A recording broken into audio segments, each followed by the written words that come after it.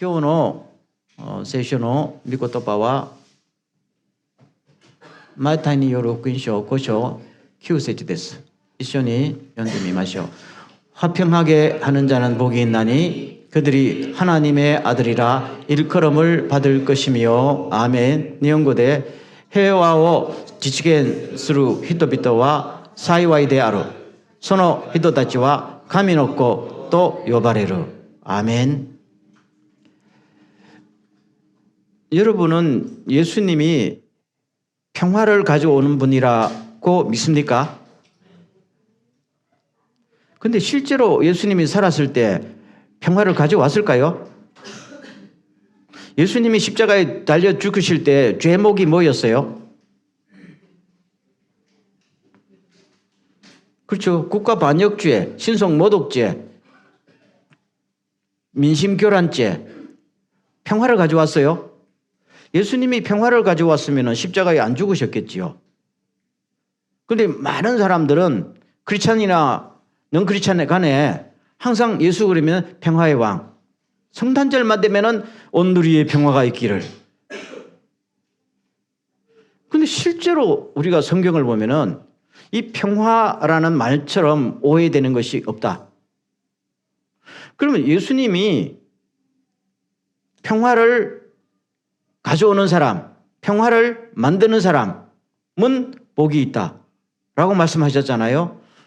예수님이 진짜로 평화를 강조했지요. 그러면은 다음 말을 한번 보세요.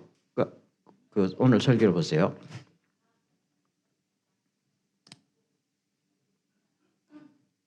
다 같이 시작. 너희는 내가 세상에 평화를 주러 왔다고 생각하느냐? 아니다. 내가 너희에게 말하지만 오히려 분쟁을 일으키려고 왔다. 이제부터 한 집에서 5 식구가 서로 분쟁할 것이다. 셋이 둘과 둘이 셋과 다툴 것이며 아버지와 아들이 어머니와 딸이 시어머니와 며느리가 서로 싸워 갈라질 것이다. 우리가 생각하는 평화는 한 집에 아버지와 아들이 사이좋게 지내고 어머니와 딸, 시어머니와 며느리가 사이좋게 지내야 평화잖아요. 주님께서는 나는 여러분들이 생각하는 이 평화를 뭐하러 왔다? 깨뜨리려고 왔다. 싸움 붙이려고 왔다. 앞으로 내가 온 이래에 집에서 싸움이 일어날 것이다. 예수님이 평화를 주러 온 거예요? 정확하게 아니다라고 이야기하잖아요. 그럼 도대체 예수님은 이 말씀을 왜 하셨는가? 그 다음 기절 보세요. 다 같이 시작. 예수님은 예루살렘 가까이 오셔서 그 도시를 바라보고 우시면서 이렇게 말씀하셨다. 너도 오늘날 너희에게 평화를 가져다 주는 것이 무엇인지 알았더라면 좋았을 텐데 그러나 지금 그것이 너희에게 숨겨져 있구나. 그래서 예루살렘 성이 뭐 한다는 거예요? 멸망한다는 거예요. 평화를 가져다 주는 것이 뭔지를 몰랐고 알려고도 하지 않았고 그래서 숨겨져서 자기들은 평화 하면서 부르짖고 평화협정도 맺고 평화조약도 맺고 평화 세미나도 수없이 했겠지요. 그렇지만은 평화는 오지 않았다는 이야기입니다. 그럼 아까 가정 이야기도 마찬가지고 국가 이야기도 마찬가지지요. 북한의 김정일이는 나라가 그대로 평안하기를 원하겠죠. 그렇잖아요. 외세의 간섭도 없이 자기들이 만든 룰 속에서 국민들은 불평도 없이 그렇죠? 굶으면 굶는데도 아멘. 자기들 종교니까 그렇죠? 감사합니다. 수령 아버지 이렇게 하면서 평화롭게 사는 나라를 꿈꾼단 말입니다. 이미 거기에 쇠뇌가 된 사람들은 외부 세계를 모르니까 그것이 참된 평화인 줄 안단 말입니다. 그렇지만은 우리 남한의 사람들이 보기에는 저 평화는 깨뜨려야 되는 거 아니에요? 하늘에서 오신 예수님이 볼 때에 우리가 평화라고 생각하는 것이 하나님 보시기에는 위장된 평화고 일시적인 평화일 수밖에 없다는 거잖아요. 나는 너희들에게 영원한 평화 그걸 주러 왔다는 거잖아요. 오늘 이 말씀을 보십시오. 예수님께서 예루살렘 성으로 들어가시면서 그 성과 예루살렘 성을 보시면서 우시면서 이 말을 하셨거든요. 너희들이 오늘날 평화를 가져다 놓은 것이 뭔지 알았더라면 얼마나 좋을까, 얼마나 좋을까 했다. 그런데 예루살렘이란 뜻이 뭔지 알아요? 살렘이란 건 알죠? 샬롬이니까 보여요, 평화. 예루자는 기초라는 뜻이에요. 평화의 땅이라는 겁니다. 모든 세상의 평화의 기초가 예루살렘이라는 굉장히 놀라운 뜻이지요. 그런데 안에서 맨날 싸운단 말이에요. 예수님의 말씀대로 나중에 AD 70년 9월 8일에 로마군에 의해서 예루살렘 성과 성전이 완전히 멸망했죠. 그런데 이 광경을 처음부터 지켜보던 요세푸스라는 사람이 있어요. 나중에 유대의 역사가가 됐는데요. 이 사람이 유대 전쟁사라는 것을 집필하면서 한 대목이 있어요. 제가 그 대목을 발췌해 왔어요. 예루살렘을 함락시킨 로마군은 오히려 예루살렘에 큰 자비를 베푼 셈이다. 나는 감히 다음과 같이 주장할 수 있다. 즉 예루살렘을 파멸시킨 것은 강도들이며 로마군은 단지 강도들만 제거한 것이라고. 따라서 유대의 파멸 원인은 바로 동족 유대인에게 있다. 로마군은 죄를 지은 그들에게 응분의 대가를 치른 것이다. 예수님도 강도의 소굴로 만들었다 그랬거든요. 이 요세푸스가 정확하게 예루살렘 성전을 중심으로 그 헤게모니 정탈전을 벌이던 정치 지도자를 가지고 뭐라고 그랬어요? 강도들이 내부에서 싸워서 로마군도 불러들이고 딴 사람을 굴려들어도 싸움터를 예루살렘 성전으로 삼았기 때문에 무너졌다는 겁니다. 로마군이 예루살렘 성을 원래 무너뜨릴 생각이 없었어요.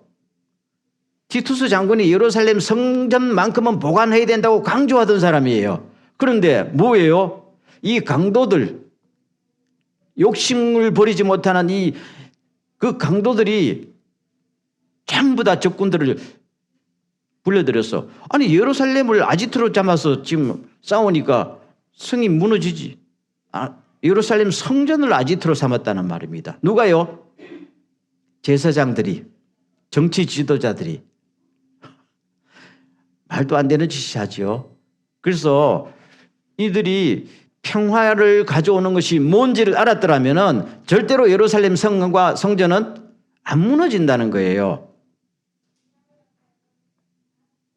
예수님이 정확하게 지적한 것이요. 그러면은 예수님은 도대체 우리들에게 어떻게 평화를 가져다 줄 것인가? 예수님의 방법, 예수님의 길은 무엇인가? 그 다음 기지를 보세요. 다 같이 시작. 그리스도는 우리의 평화이십니다. 이 둘을 자기 안에서 하나의 새 사람으로 만드셔서 평화를 이루시고 원수된 것을 십자가로 소멸하시고 십자가로 이 둘을 한 몸으로 만드셔서 하나님과 화해시키려는 것입니다. 이것이 주님의 방법입니다. 주님이 세상에 평화를 가져오는 방법이 뭡니까? 원수된 것을 십자가로 없애시고 했단 말입니다. 나와 너 사이에, 그렇죠? 우리와 우리 사이에, 국가와 국가 사이에 원수로 만든 원인이 있을 거예요. 그것을 뭡니까? 십자가로 제거했다. 평화회담도 아니고 조약도 아니고 공부를 시키는 것도 아니고 십자가로 제거하셨다. 여러분, 우리가 사람 사이에 관계를 파괴하는 것들이 가장 중요한 것들이 있죠. 예를 들면은 분노, 증오심 같은 거 있죠. 그 다음에 상처, 혹은 두려움 같은 것들이 있어요. 자, 상처라는 것이요. 가만히 보면은 특별한 원인이 있을까요? 있는 경우도 있어요. 그렇지만은 우리는 아무런 원인이 별로 없어도 늘 상처를 받고 삼고 있으니까 문제란 말입니다. 따라하겠습니다. 사촌이 땅을 사면 배가 아프다. 내가 배가 아프다는 건 이미 상처를 받았다는 거지요. 땅을 사는 사촌이 잘못한 거예요? 그럼 나는 잘못하는 거예요? 아무도 잘못이 없는데 왜 상처를 받아? 원인이 있어요? 치료할 수 있어요? 없잖아요. 우리는 늘 생각합니다. 그게 아무것도 아닌 것 같지만 그것이 가장 근본 원인이 되는 거예요. 사촌이 땅을 사도 배가 안 아프면은요, 문제 안 생겨요. 아프기 때문에 시기 질투로 해가지고 나중에 범죄로 가면서 상처가 덕지덕지 원수가 되는 거 아니에요? 그러면 이거를 공부를 많이 한다고 해결할 수 있어요?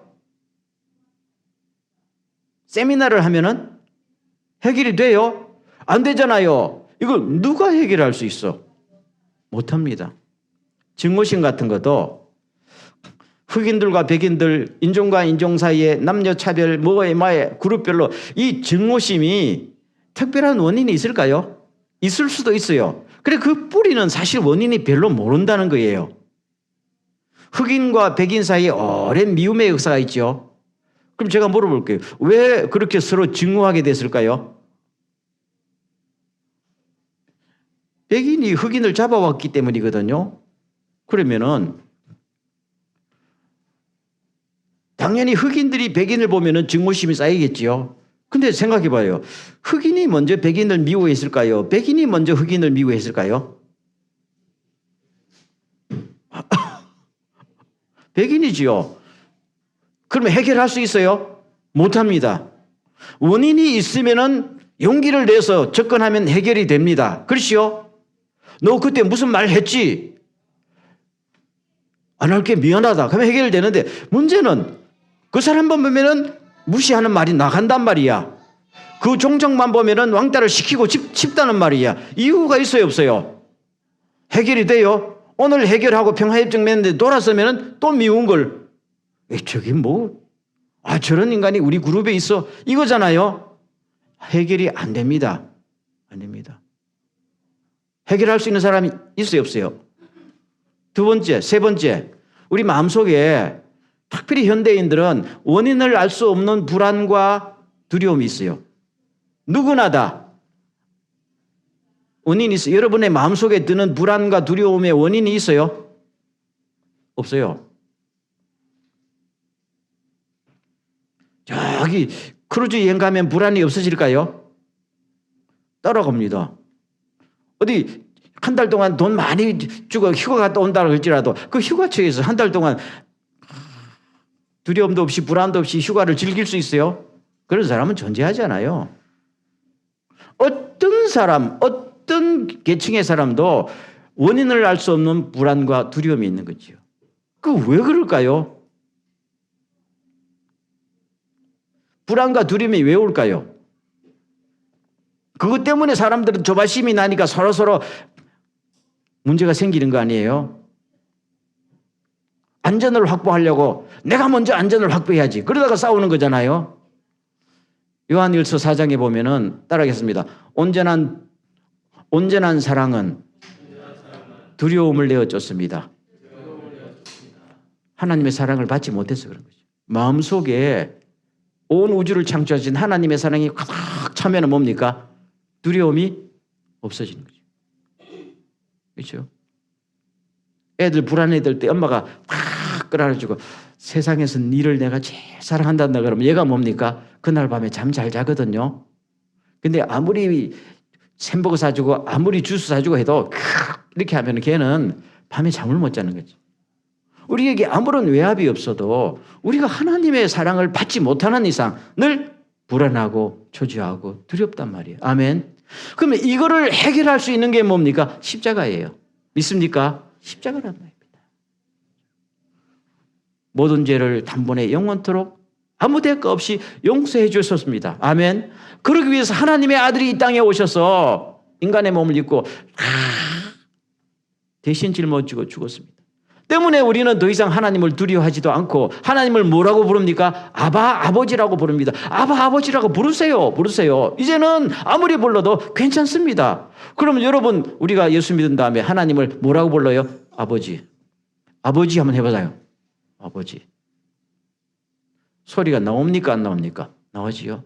근데 아버지라고 잘 안 하지. 아버지 이렇게 해야지 보통.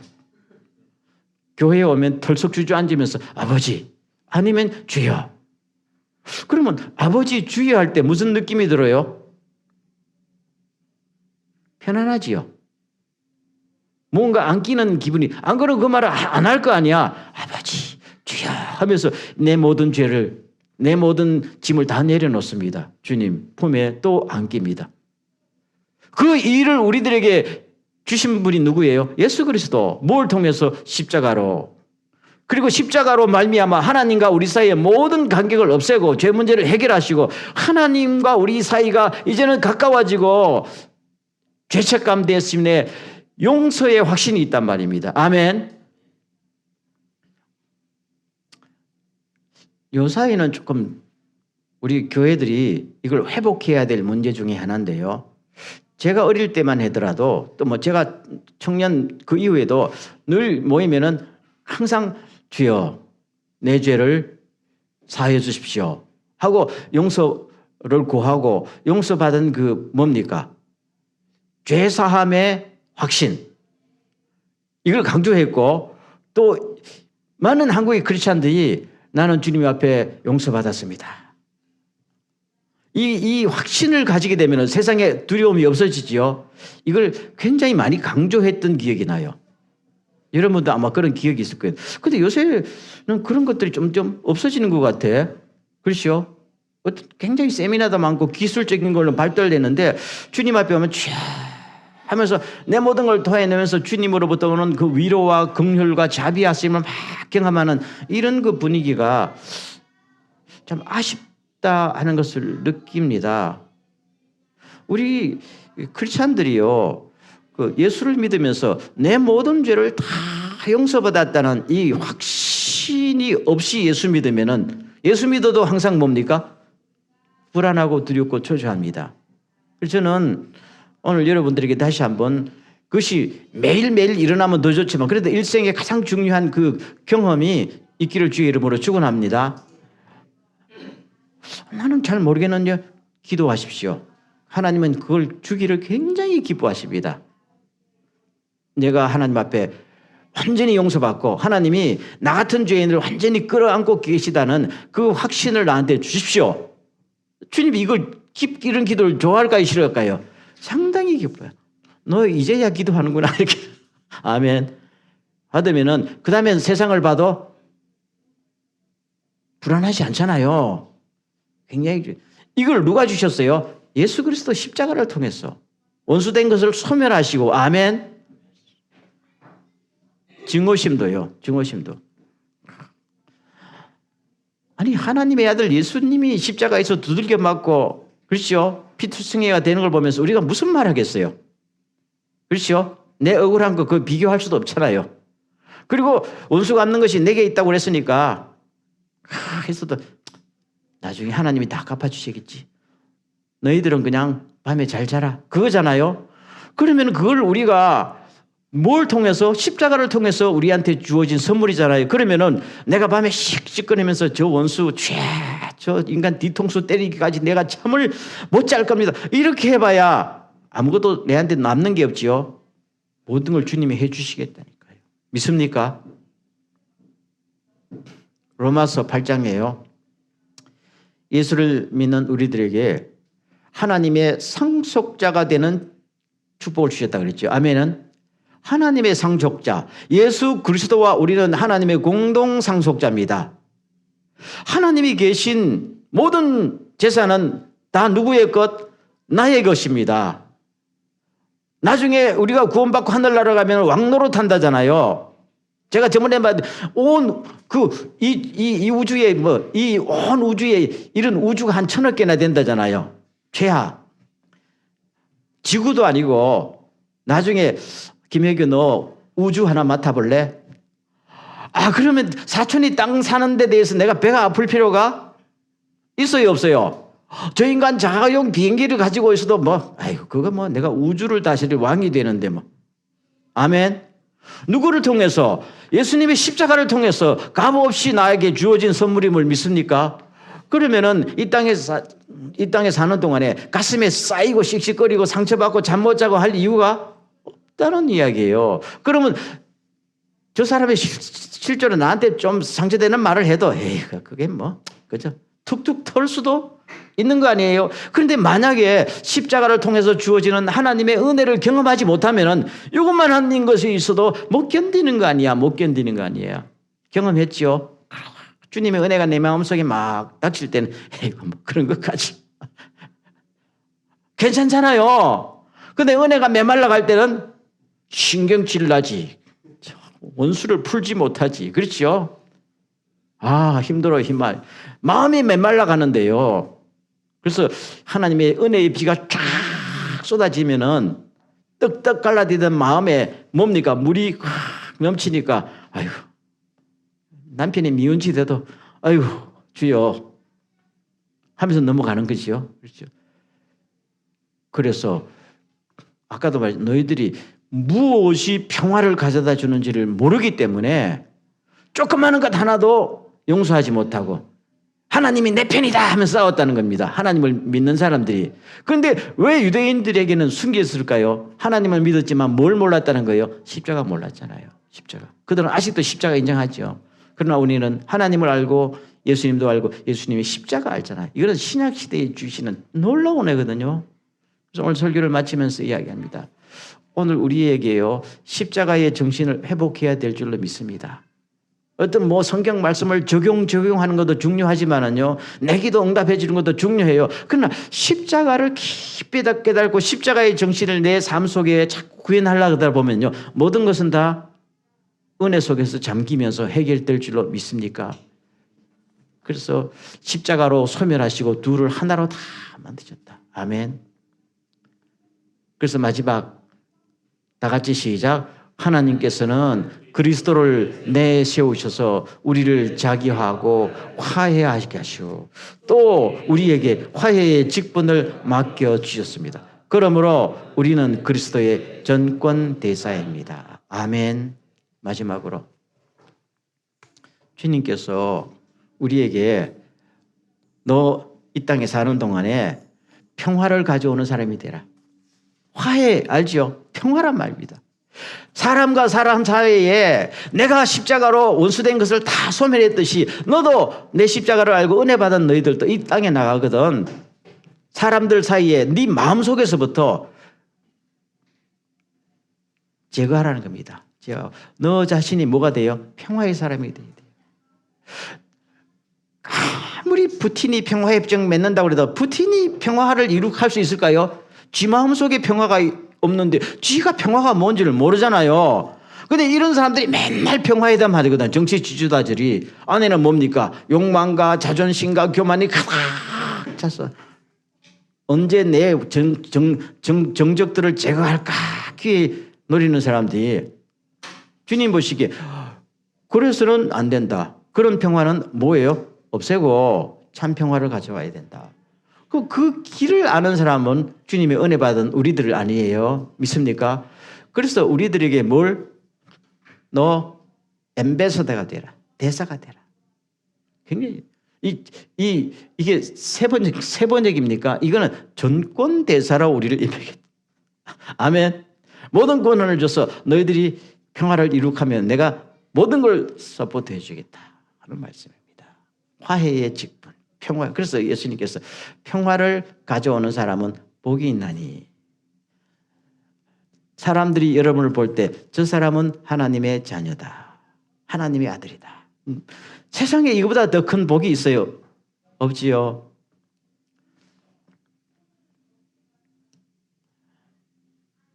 오늘 이따가 또 오랜만에 그 찬송을 한 곡 부를 텐데요. 성 프란시스라는 사람이 있었어요. 한 4세기, 5세기경에 이태리 아시시란 동네에서 태어났는데 자기 아버지는 그 포목점을 해가지고 꽤 부자였어요. 그 자기 마을에 상당한 부자였어요. 외아들인데. 근데 어느 날 성경 말씀을 읽는 중에 마태복음 19장을 읽었어. 네 재산을 다 팔아. 가난한 사람에게 주고 너는 나를 따르라. 안 읽었으면 모르는데 읽고 나니까 자꾸만 밤에 잘 때 생각이 맴도네. 그때 나이가 17살인가 그랬단 말이에요. 철없는 나이 아니야. 근데 성령님의 감동에 있었던지 잠이 안 오는 거예요. 재산 다 팔아. 재산 다 팔아. 가난한 사람들에게 나누어 주고. 그래 가만히 보니까 자기 마을에 평화가 없는 거야. 가난한 사람들은 헐벗고 굶주린단 말이야. 요새는 가난해도 다 밥은 먹지만 옛날에는 가난하면은 뭡니까? 아무것도 없었어요. 그냥 빈익빈 부익부 그런 시대 아니에요. 부자들은 다 차지했던. 그걸 밖에 나가니까 운막집에서 너무너무 힘들고 아프고 사는데 자기는 잘 먹고 잘 사니까 자기 마을에 평화가 있어요, 없어요? 없단 말입니다. 그래. 그럼 어떻게 해야 되냐 하다가 부모님이 돌아가셨어요. 나중에 일 들었어요. 이제는 말씀대로 살아야 되겠다 하면서 재산 처분해가 다 나눠줘 버렸어. 그리고 자기는 그때부터 주님을 본받는다고 그냥 댕기면서 여러분 서로 사랑하십시오. 주님이 계십니다 하면서 누가 알아줘요? 어째 바보 같은 놈이 그랬단 말입니다.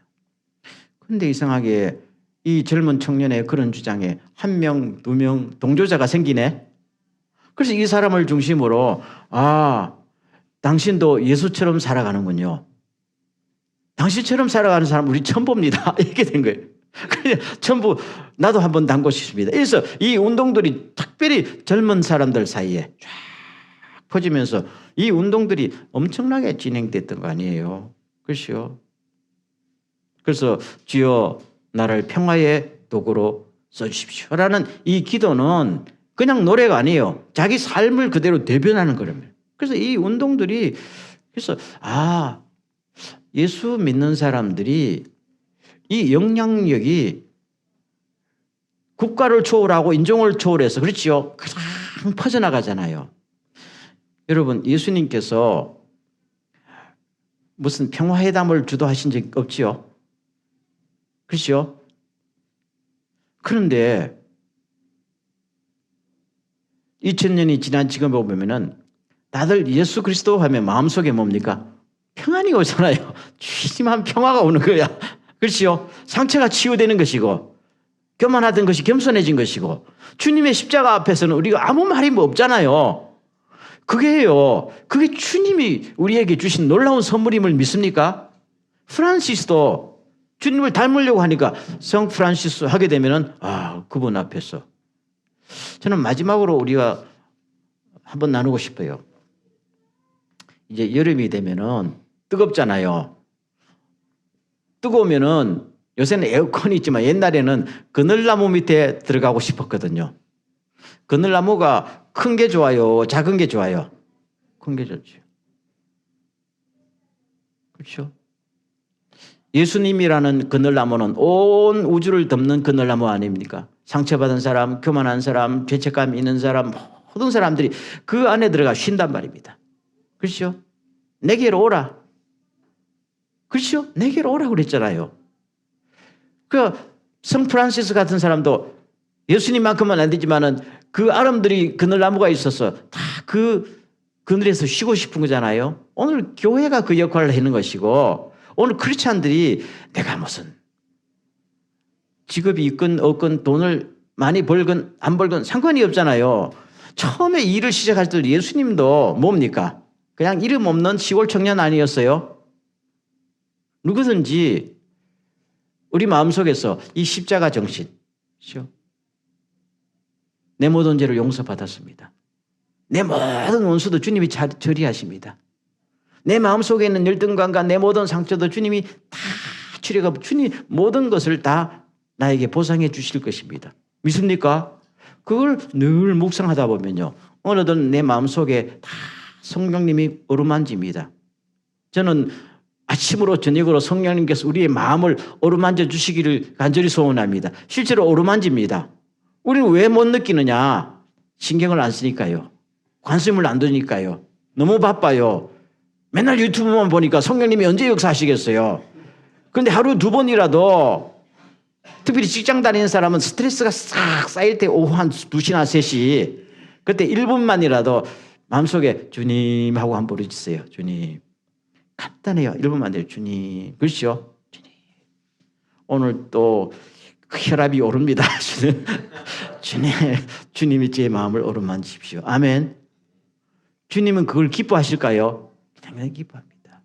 내가 주님 앞에 그렇게 다가오기를 원하시는 줄 믿습니다.